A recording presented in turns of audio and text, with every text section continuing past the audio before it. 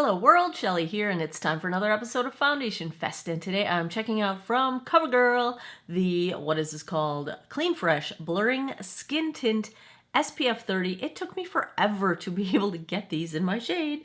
I did pick up 2 shades. This comes in 14 different shades. I've got fair neutral and light neutral. I think I'm going to use light neutral today. It retails for $13.99 for 1 fluid ounce or 30 milliliters of product. It is cruelty-free, as CoverGirl is. This is described as a weightless liquid foundation with a soft matte finish. Broad spectrum SPF 30 to protect skin, blah, blah, blah. Details. How about some actual details? Interesting descriptions here. Provides coverage without making acne worse.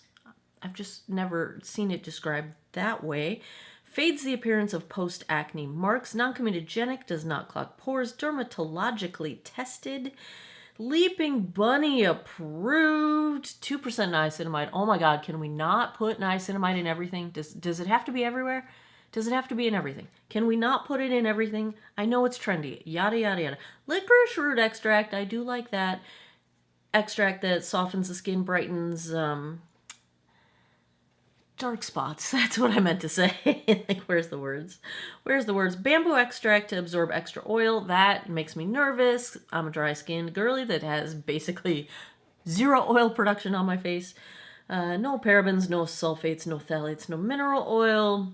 All right, let me look at the ingredients here, because what I want to see is, okay, it is a mineral sunscreen. Zinc oxide is the sunscreen active. Looks like a silicone-based foundation. Nothing surprising. All right, that's where we're starting out. Let's take a look at the blurring skin tint in a couple shades, swatched against a few others in my collection. Swatch time. First up is today's foundation from CoverGirl, the Clean Fresh Blurring Skin Tint SPF 30. The first swatch is in shade Fair Neutral, and the second swatch is in shade Light Neutral. Big jump there, CoverGirl, big jump.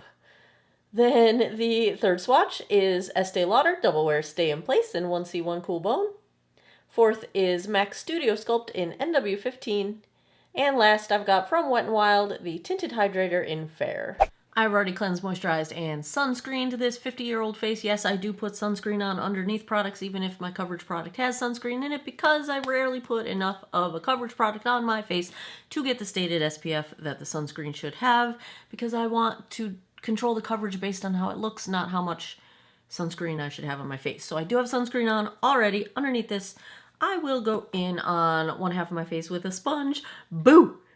I hope Wet n Wild puts these out again. I pick them up every year when they do. They usually have them around Halloween, and I'm declaring it early enough to call it boo season. So boo, there you have it. Other side, I will use my BK Beauty 101 foundation brush. We will see if there's a preference one way or the other. Let's shake up this bad boy. Let's get the little palette out here and check for consistency. I did quickly look at the shades, and I think I'm gonna go with light. So here we go. This is light neutral. Pretty thick, she thick. I'm probably gonna need more than this, but we will start with the sponge side. Now, when I purchased these, I got the 2 shades because light neutral looked too dark and fair neutral looked too light. So that was my guess. And while I do think wow, I just got a whole bunch of that on my eyeball. While I do, oh, now I'm getting it in my hair. Good job, Shelly, good job. While I do think that's probably true, I think I'm going to be able to get away with this shade on its own. I got them thinking that I would probably use them mixed. But you know me, I don't like multi-step. Like, I have so many foundations that work straight away out of the bottle for me that I am not likely to mix something unless I'm obsessed with it. And honestly, there are very few things that I'm that obsessed with that I would mix, you know, that I would take the effort to mix. Oh, get that foundation out of my hair. No. Okay, here we go. No, those are just grays. Okay. Pretty light coverage with the sponge application, but it is kind of evening out my skin tone a bit, and a little bit of redness correction. Let's see how the brush side does. It looks nice and smooth on the sponge side, so that's good. I do like when a product is sort of flexible enough that I can choose how I want to apply it based on my mood rather than based on how it performs one way or the other. I prefer when they perform great both ways. But on my foundation spreadsheet, I do list whether I prefer it one way or the other, or if it's okay both ways. And if you haven't seen my foundation list, it's completely updated. I also updated the concealers, so you can go find the link in the description box. It is free. It just has all of the foundations I have ever reviewed, along with like the data about them, price, how many shades, what I thought of them, links to the reviews, links to the products if you want to go see what they're like, their current pricing or where they're selling them or whatever. Yeah, it's foundationfest.softer, SOFTR.app, I think. Go check the link below in case I'm wrong. But yeah, that's updated with my foundations and my concealers, so they're all on there. All right, coverage looks about the same with the brush. Maybe it's a smidge more with the brush. But I think they look equally soft, equally blurred. I did use all of what I had put out, and I do feel like I want to build it up just a little bit more. So I'm putting a little dab here. Let's see if we can build up the sunspot area, build up the blue blood vessel area. I am going to wear concealer today, so I don't have to worry about getting it under my eyes. Let's just even out my forehead a little bit. And I might as well just use what's left, because I don't want to waste it. And my chin gets red anyway, so there's no problem having more coverage on my chin. I'm just going to use the brush, because coverage. Yeah, this feels nice. It's kind of, I know they don't market it this way, but it feels sort of like a moussey cream. You know what I'm saying? Which I like. It feels soft and just a little different to apply. Sort of I don't know if velvety is quite the right word. Moussey seems more like the right word. Just sort of a moussey, soft moussey texture. Even though it's a cream, it does look like a cream. Feels like a mousse. Mousse with a U. Because now I'm imagining moose, the animal. Okay. Let's get a look at this one. Let me zoom you guys in. Let's just look at this together.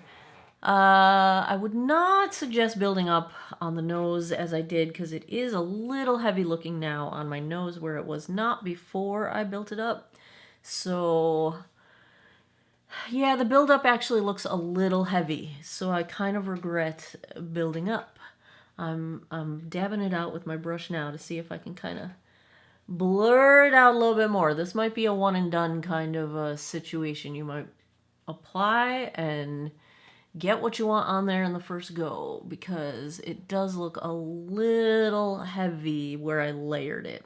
You know what I'm saying? And it did not look heavy beforehand. So yeah, my recommendation is going to be one and done with the layering on this one. I think we got to a decent place. Hopefully my body temperature will warm things up and it'll sort of melt together, settle down. I'm not upset with it yet. We'll see how it looks after I get the rest of my face on. Let me confirm that it's zinc oxide is the sunscreen. Yeah, it is mineral sunscreen. So, speaking of getting my face on, let's check the time. It is 11:53 a.m. Let me go put the rest of my face on. I will be right back. Back with the CoverGirl Skin Tint. My concealer today is the RMS Revitalize. I did end up using a little bit of setting spray because the CoverGirl is just looking really dry on me, and I have a very long work day today. So I did use some of the Science Serum Holy Grail setting spray to kind of, I don't know, moisten things up a bit. Hopefully set them down without it looking too dry, and I don't want it to cake up. That's the thing. I have a long day to go, and I don't want to look cakey. Bronzer, no surprise. Balm Desert. My blush is the Rare Beauty. I forget the name of the line of the blush. The shade is Happy. Nope, the shade, nope, this is the highlight. That's why it's not the right shade. The shade is Happy. Well, it just says powder blush on here, but I think when you buy it, it's got a longer name of what the blush is. It's so pretty. This blush feels on the skin like nothing I have ever tried before. Like, the smoothness that you see here is the smoothness that you feel when you put it on your skin. I will say, since it does have some luminosity to it, you can kind of double as a highlight, but you might get, you know, a little texture enhancement due to the luminous sort of finish to it. Oh, I'm getting my case dirty. I just got foundation on it. Whew, okay, get out of there, get out. I want to keep it pretty, keep it pretty. It's brand new. But I love the reflect, and I love the soft feeling of it. And the highlight is just as good. I just didn't feel like I needed more highlight because the blush has some luminosity to it already. My eyes are the Morphe. I have a bunch of these now. I keep buying them. Every time I go to Ulta, I buy more. This is the Cyberchrome one. This one, basically, it was just made for me. I know they did. They were like, I think there's this girl, Shelly, that really likes cool tones and the pinks and the blues. And it's gorgeous and it's perfect for this shirt. And it makes me happy. And so those are my eyes. I have my Wet n Wild breakup proof liner as my tight line. My mascara is the Refi mascara. My lip is the, I love when I can pull this shade out. It really only works with cool tones, but it's the Lawless Forget the Filler, but it's Velvet Daisy is the shade, and it's a perfect pink when you are wearing cool toned eyes. And I love when I can pull this one out. Is that all my makeup? I think that's all the makeup. Yeah. I'm going to go to work. I will get you guys a daylight check-in. Looks like we've got a good, beautiful day on tap. I haven't been able to say that in a while. It's a little cooler than normal. It's supposed to be 78 today, I think. And yeah, so I'll get you guys a daylight check-in from campus. And then I will come back tonight and give you guys my final thoughts. Hey guys, it is almost 5 o'clock. I just had dinner, I suppose you'd call it, at D Hall, the cafeteria. Let me step into the sun so you can get a look. Shade match. This one's a little dark for me, as I expected. Here's some sunlight.